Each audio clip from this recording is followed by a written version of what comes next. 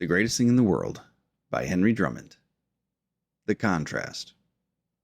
Part 1. My name is Stephen Van Eiterstein, and welcome to the Narrowing Path, Walking the Spiritual Walk. Today we are getting into the first chapter. We did the introduction last week of Henry, actually it's better cover to use would be this one, The Greatest Thing in the World by Henry Drummond. It's a great book. We read the introduction last week, and we're going to be starting into Drummond's analysis of the chapter 1 Corinthians 13, common chapter in the Bible that people read. It's referenced quite a bit. And we'll be diving into the first chapter. We did the introduction with the Bible reading last week. We're going to be diving into the first chapter called The Contrast. And this is where Henry Drummond goes over the contrast that Paul, who wrote this letter to the Corinthians, included in it. And we're going to go through why Henry Drummond agrees with it. He's going to be talking about his explanation of things and his understanding and why he's in agreement with Paul on why love is the greatest thing in the world. Now, we're going to be breaking this first chapter into two parts. It's a relatively short chapter, which is good. The middle chapter, the analysis, I believe it's called, it's quite lengthy. So it'll be there'll be a lot going into that, but I'm excited to get there as well. Now, I have a confession to make. Now, this is my 1890s copy of Henry Drummond's addresses. Now, when I was going through, I thought these two newer versions, this one I'm not entirely sure when came out, but this one was originally published in 1930, I believe it was. Greatest Thing in the World. Look again here. Oh, it was first published in 1930. This edition revised and augmented in 1953. And then latest reprint in 1960. So this is an older version, but I digress. I did the study. These two copies match up exactly. It's 1930s, reprinted in 1960. And this, I'm not sure when this was actually printed, match the same.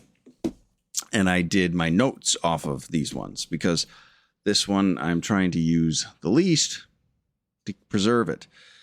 But this is the second time I shot the video for this episode because I read it out of this book, and there are some minor differences in the initial reading.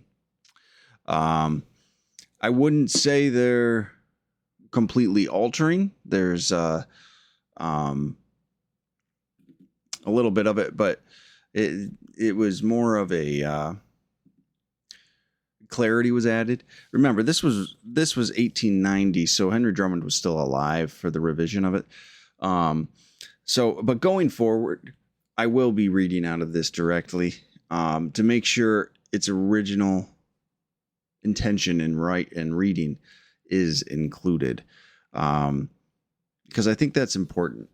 And I am going to proceed with reading the first half of the contrast out of this copy, because that is what my notes were taken off of. And again, it's some things from the original 1890s version, like I said, were expanded upon and revised in a minor way. So the message hasn't been tampered with from as much as I can tell. But, and also the reading selections I have go along with this one. So I will correct that going forward. I give you my apologies. I want to make sure I get this out tonight. But I wanted to make sure I was honest about that for anybody that might have an older version. I'm not sure when it got changed a little bit. So let's go ahead and we'll get to the reading though. And going forward, we'll be reading out of the 1890s version. So here we go. This is The Greatest Thing in the World by Henry Drummond. First chapter, The Contrast, and this will be part 1. Paul begins by contrasting love with other things that men in those days thought much of. I shall not attempt to go over those things in detail. Their inferiority is already obvious. He contrasts it with eloquence, and what a noble gift it is, the power of playing upon the souls and wills of men and rousing them to lofty purposes and holy deeds. Paul says, if I speak with the tongues of men and of angels and have not love, all I am become as sounding brass or a tinkling cymbal. And we all know why. We have all felt the brazenness of words without emotion, the hollowness, the unaccountable unpersuasiveness of eloquence behind which lies no love. He contrasts it with prophecy. He contrasts it with mysteries. He contrasts it with faith. He contrasts it with charity. Why is love greater than faith? Because the end is greater than the means. And why is it greater than charity? Because the whole is greater than the part. Love is greater than faith because the end is greater than the means. What is the use of having faith? It is to connect the soul with God, that he may become like God. And what is the object of connecting man with God? That he may become like God. But God is love. Hence faith, the means, is in order to love, the end. Love, therefore, obviously, is greater than faith. It is greater than charity, again, because the whole is greater than a part. Charity is only a little bit of love, one of the innumerable avenues of love. And there may even be, and there is, a great deal of charity without love. Okay. And that's the end of the reading for today. Now,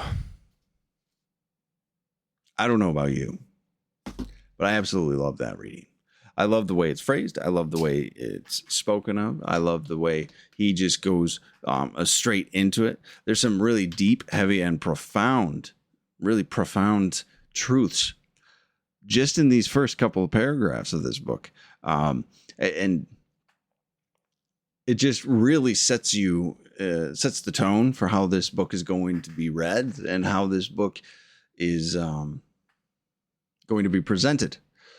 And again, I talk about this all the time. I love it about James Allen as well, how this straightforwardness is really important for me, because if I don't have it straightforward, I like to make excuses. I like to poke holes. I like to manipulate. He doesn't really give us any room for interpretation on these things. He doesn't give us room to manipulate what he's saying, and I for one am grateful for that, because that's what I need. I need very straightforward, honest, sometimes blunt instructions, so I don't try to weasel my way out of things. I've gotten a lot better about that, but believe me when I tell you, it can still rear its head, and I might not even realize it. And this brings us to this first paragraph, which I really enjoy, which is a exact demonstration of what I'm talking about here. Paul begins by contrasting love with other things that men in those days thought much of. I shall not attempt to go over those things in depth, I believe it is. Excuse me, I can't read my own handwriting. In detail, excuse me. Their inferiority is already obvious. In the original 1890s printing, it says this was one of the differences. It said they are obvious.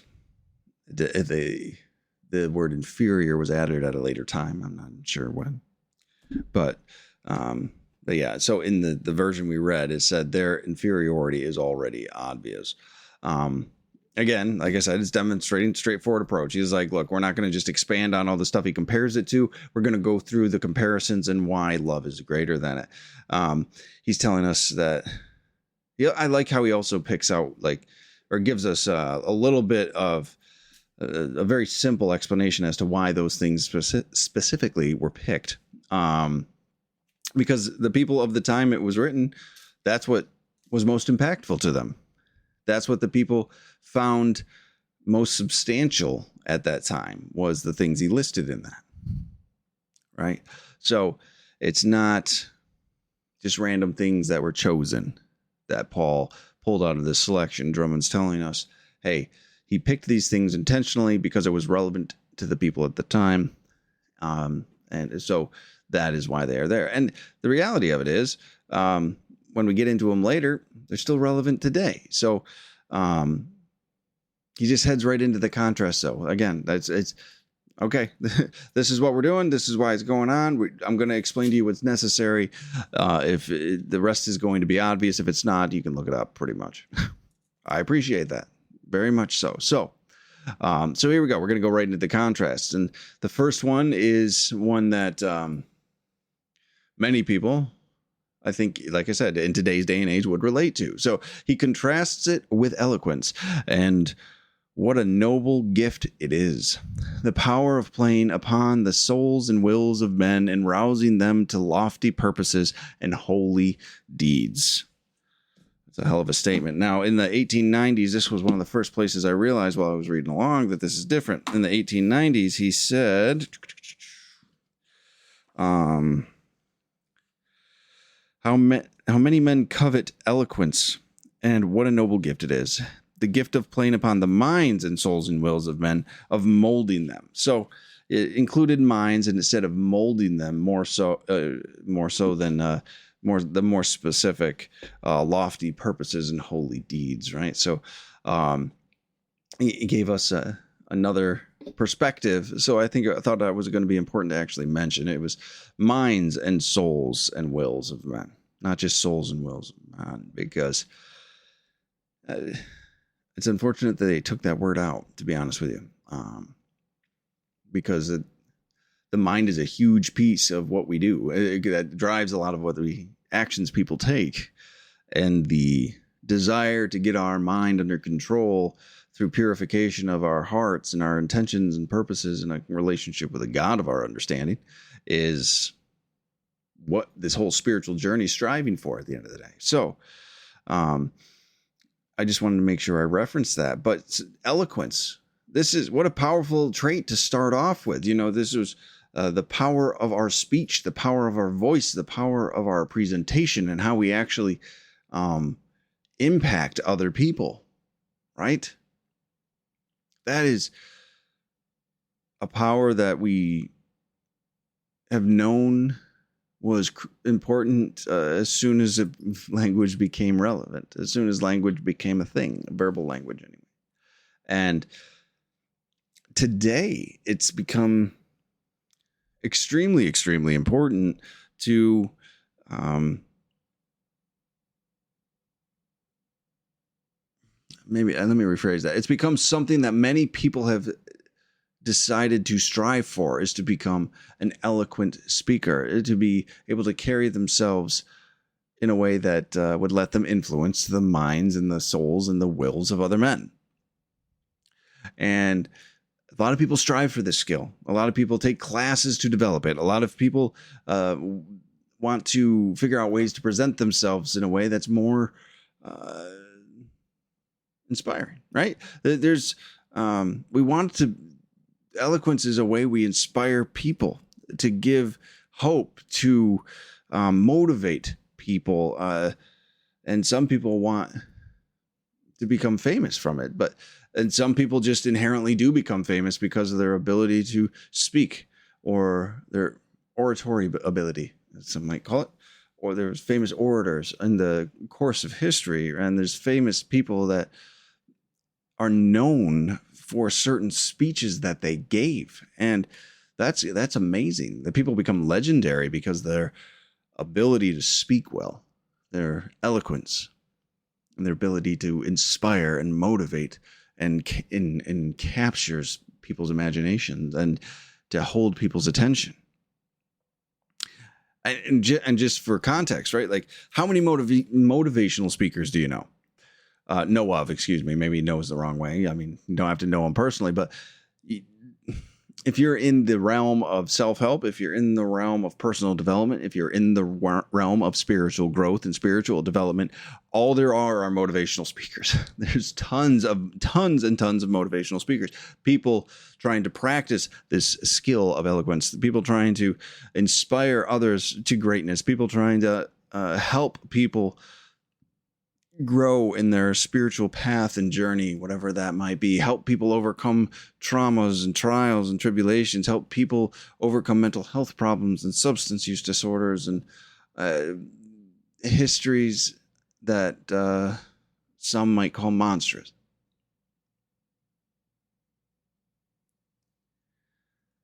There's many people today that hold this skill of eloquence and speaking well as of utmost importance. There's people out there that talk about how important it is to learn to articulate yourself, how important it is to actually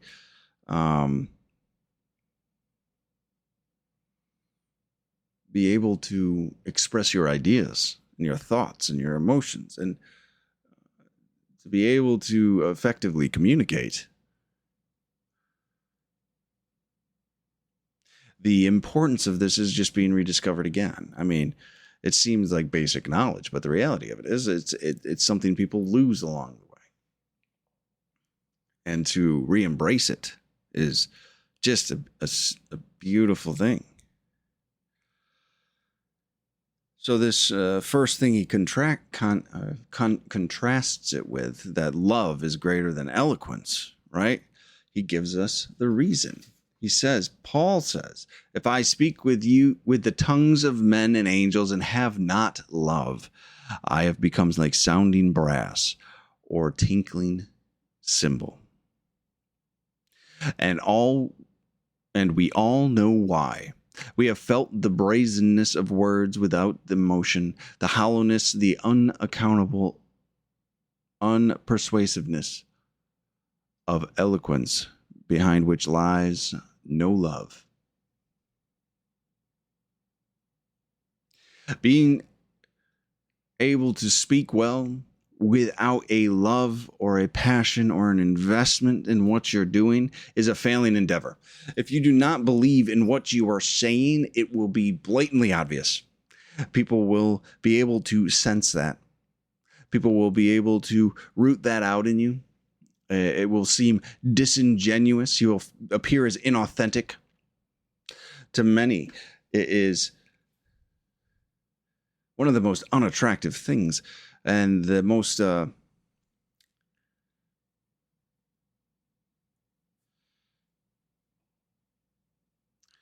I'm trying to find the words myself right now. It's funny. This is what we're speaking about. But one of the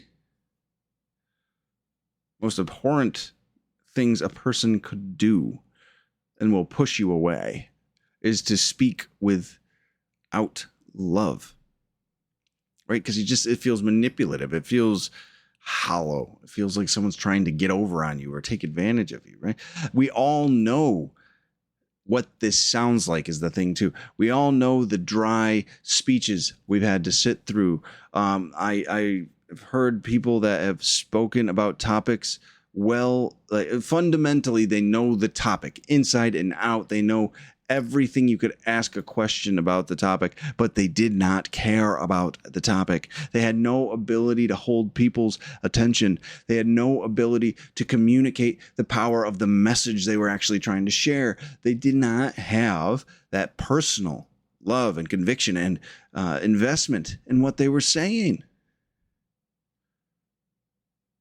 And now, do I understand it? Yeah. I mean, some of these things that I'm talking about are, these dry speeches, things that are obligatory in business, right? These could be the forever long trainings, right? You get a new job and you're just clicking through videos, doing all these trainings, all of these ethics, all of these best practices for whatever job you do, right?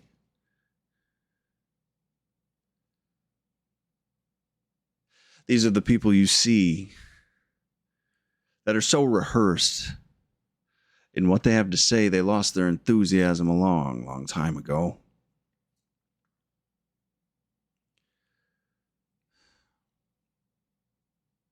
It's almost sad to see, isn't it? When you see somebody up there, that what they're talking about, you can almost tell that at one point it mattered to them. You can, by the way, the expansive knowledge that they have of it, you know there was a moment in time where that person was on fire for that thing. And they just lost their enthusiasm. They lost their spark. They lost their love for that years ago. And they're still up there trying. But it's almost heartbreaking to see. Because I love that he put the word hollowness in there. It's just so hollow. So the ability to speak, the ability to articulate yourself, the ability to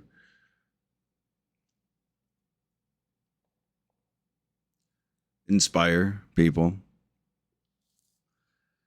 is great to have. But if you do not have love, it is a worthless and a wasted gift.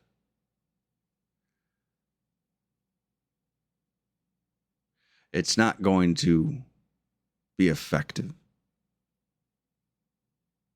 It's not going to move you forward. It's not going to move anybody else to action. It will simply just be wasted breath, words, and time.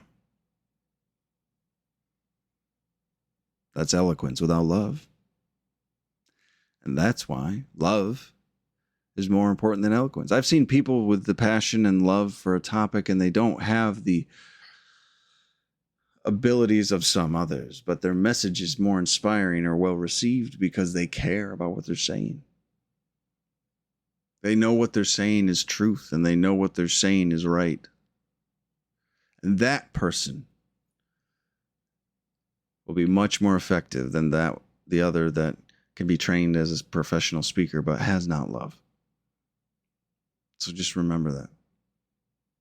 It's a big thing, especially for today's day and age.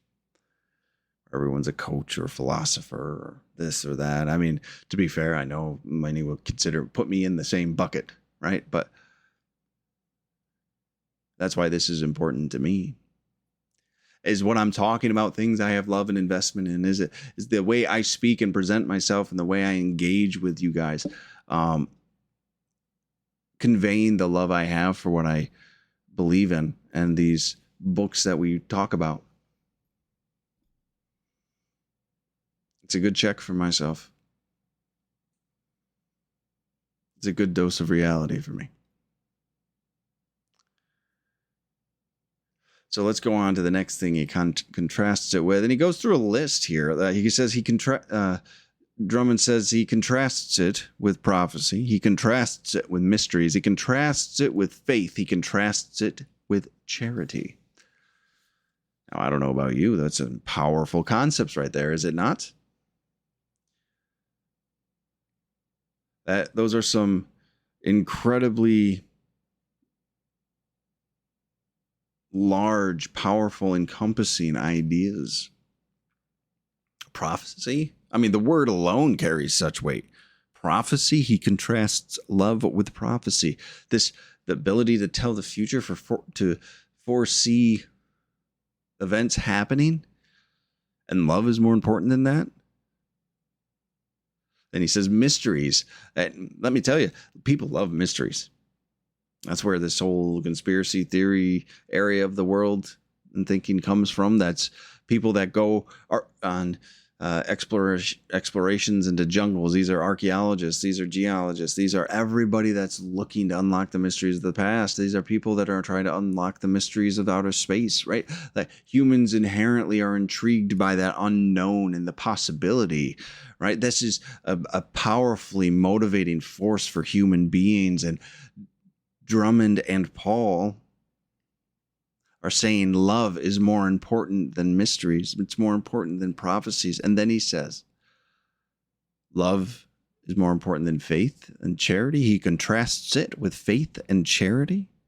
These are huge, these are major spiritual principles that are in almost in every single spiritual practice of any sort. There's faith and there's charity. And love is greater than all of these.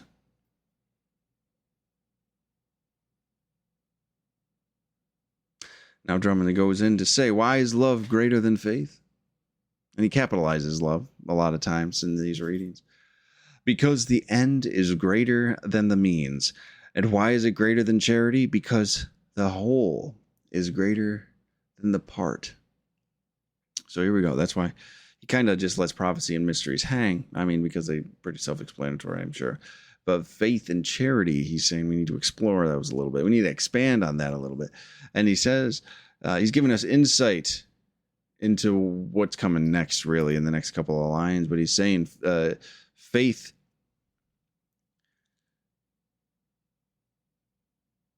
is not as great as love because faith is just used to get to love. It's a means to an end.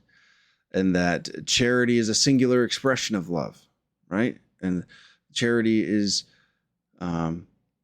small comparatively to the whole. It's one piece of the whole.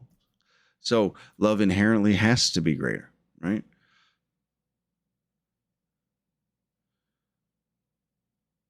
And he tells us why. Now, he has this incredible explanation of faith that resonated with me deeply, actually. It was something, when I first read it, well, let me read it to you first. So, love is greater than faith because the end is greater than the means. What is the use of having faith? It is to connect the soul with God. And what is the object of connecting man with God? That he may become like God. But God is love.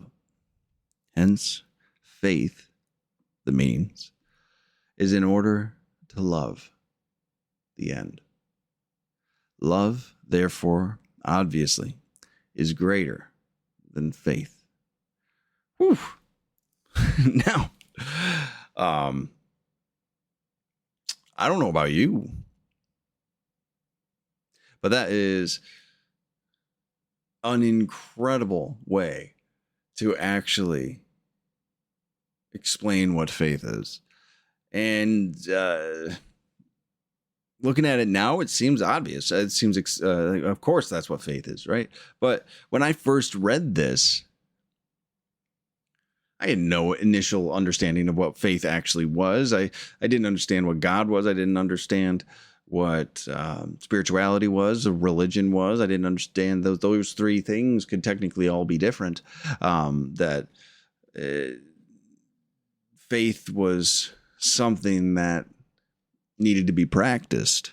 I thought faith was a religion. I thought faith was to one God of a very specific religion or denomination, right? Like faith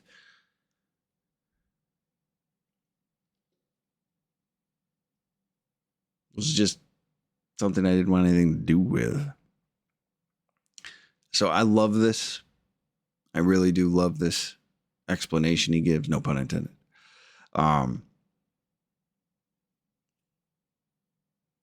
And when I first read it, I grasped it to some shallow extent intellectually, meaning I read the words and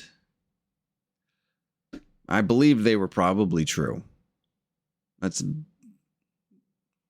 most likely the most accurate way I could say that.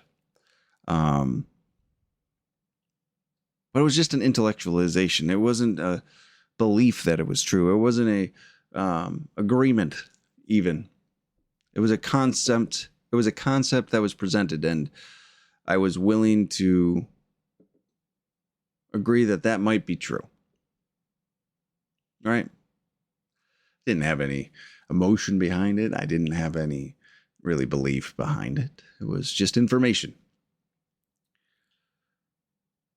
But I can tell you now that reading this, and I've read that, like I said, I've read this book many, many times over the course of my sobriety, my spiritual journey, my recovery, through many different times of my life as well. And to look at this and see how my understanding has just grown immensely. Even now, reading through this again, I can feel myself, my beliefs and my spirit aligning to this even more.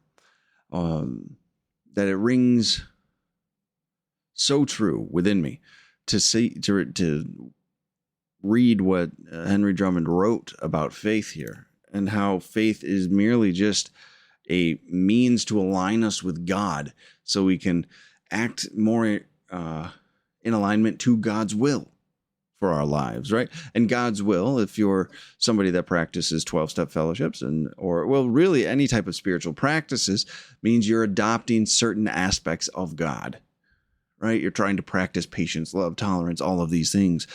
And so you're trying to emulate how God would have you be, which are characteristics of himself.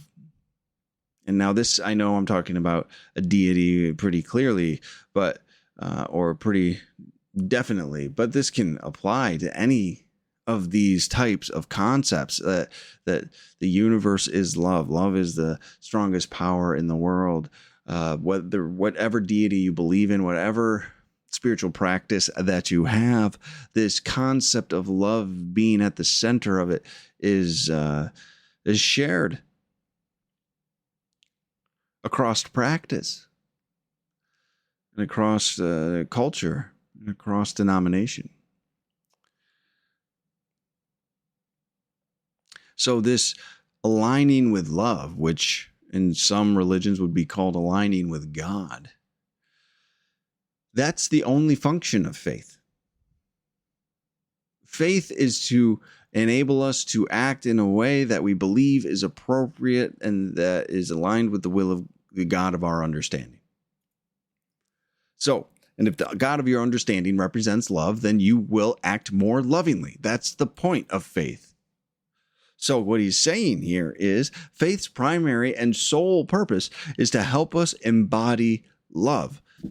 So if faith is merely just the vehicle to get to love, then love is obviously greater than faith. Faith is only a temporary need, while love will always exist. What a beautiful, beautiful understanding to have. What a beautiful way to think about faith. That it connects me to the God of my understanding, so I might be as similar to him as possible. That I might sacrifice my personality and my impulsive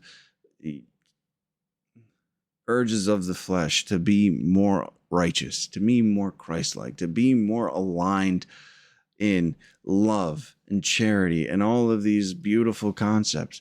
To be more loving is why we have faith. And like I said, faith has no purpose when we fully embody a loving heart, when we have fully purified ourselves,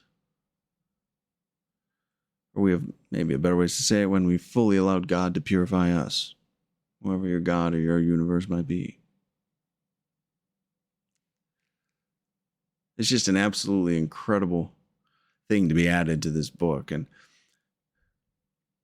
faith is such a big concept to so many and I think that's one of the reasons that Henry Drummond wrote this is, like I said in the introduction, many people have been told that faith is the most important thing.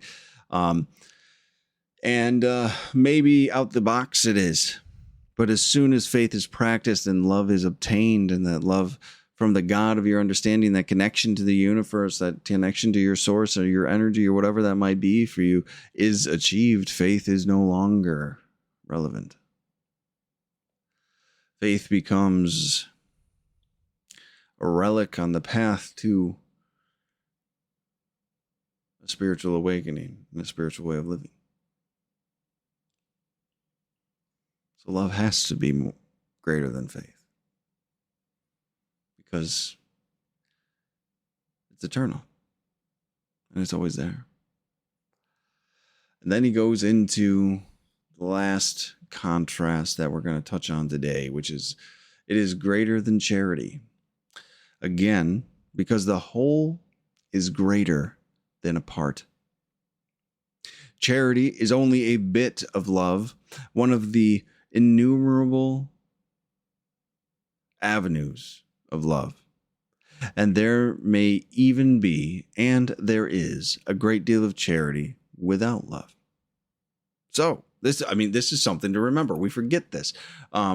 We have this term and this behavior associated with love, like, oh, love your neighbor, right? Be loving, have a loving way about you, right? So we think that's what love is. But the reality of it is, and what Henry Drummond's reminding us of now, is the fact that charity is actually just a manifestation of love in a certain act, in a certain behavior, in a certain way.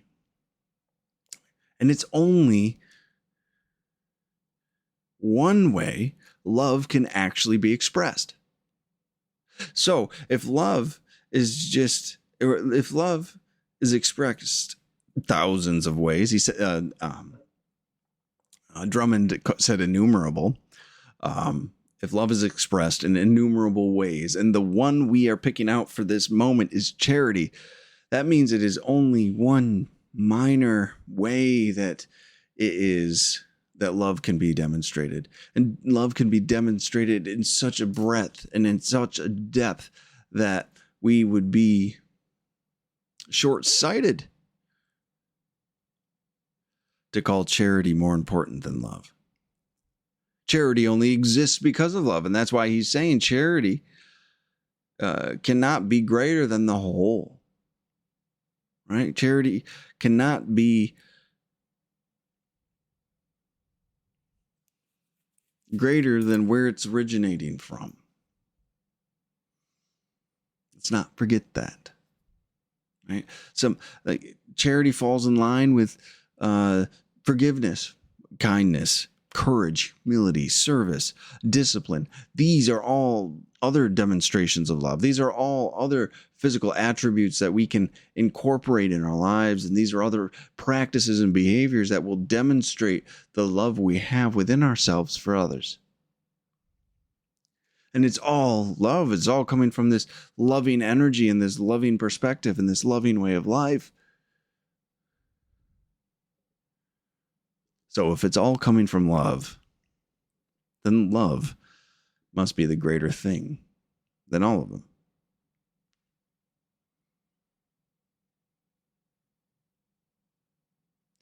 We get the ability to practice love in all of these forms.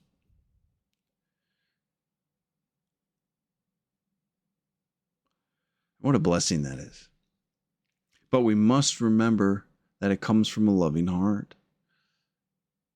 And he ends, this where I ended the reading from this version really was telling, because we ended it, and there may even be, and there is a great deal of charity without love. Now, so not all charity is done in a loving way. So, one thing that I've realized about myself, and I've talked about quite a bit to those that know me, is that sometimes I can take these virtues and hide my selfishness behind them, and charity can be one of those things. We go into a phenomenal example of this, and one that I find extremely relevant in today's society that Drummond talks about. And I just still think it's amazing that this was discussed, or this talk was from 130 years ago or more. I think it's 140. I think it was 1983, right? So it's a 143-year-old lecture that was given that is still just as relevant for today as it was when he first spoke it. And we go into this great example that he gives about charity, and charity isn't done for the right reasons sometimes. And so how can it be greater than love if it can be manipulated for selfish reasons? Things done in love,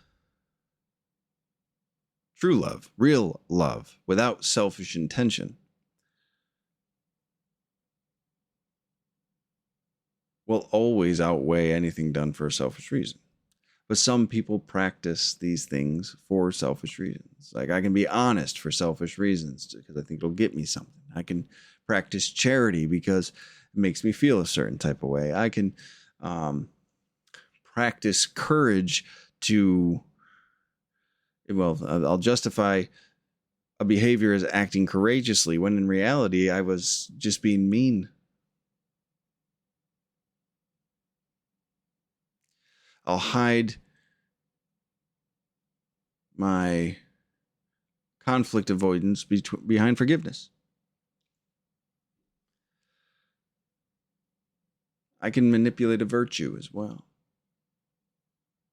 And that's why love is greater than all of the virtues and all of the principles, because all true practices of them come from love, but all can be distorted as well for selfish reasons. So it was an incredible spot to end. And I'll revisit a little bit when we do our episode next week, but that is where we are going to stop. And I hope you enjoyed it. I really love this reading. I love this book. I'm excited just to see the depth we get into with it and the conversations we end up having around it. So, again, I will be reading out of this one going forward, so we'll be as authentic and holding its integrity to its original presentation. I apologize for the couple of changes in verbiage that were between these two. I highlighted the couple I thought were important there right at the beginning. But I'm looking forward to diving into the rest of this next week with you. And thank you so much for coming. Please like, subscribe, follow, share. Make sure this content's getting out there, because if there's anything we need today, it's love. And it is the right practice of love as well. So thank you all so much again. Until next time. Thanks.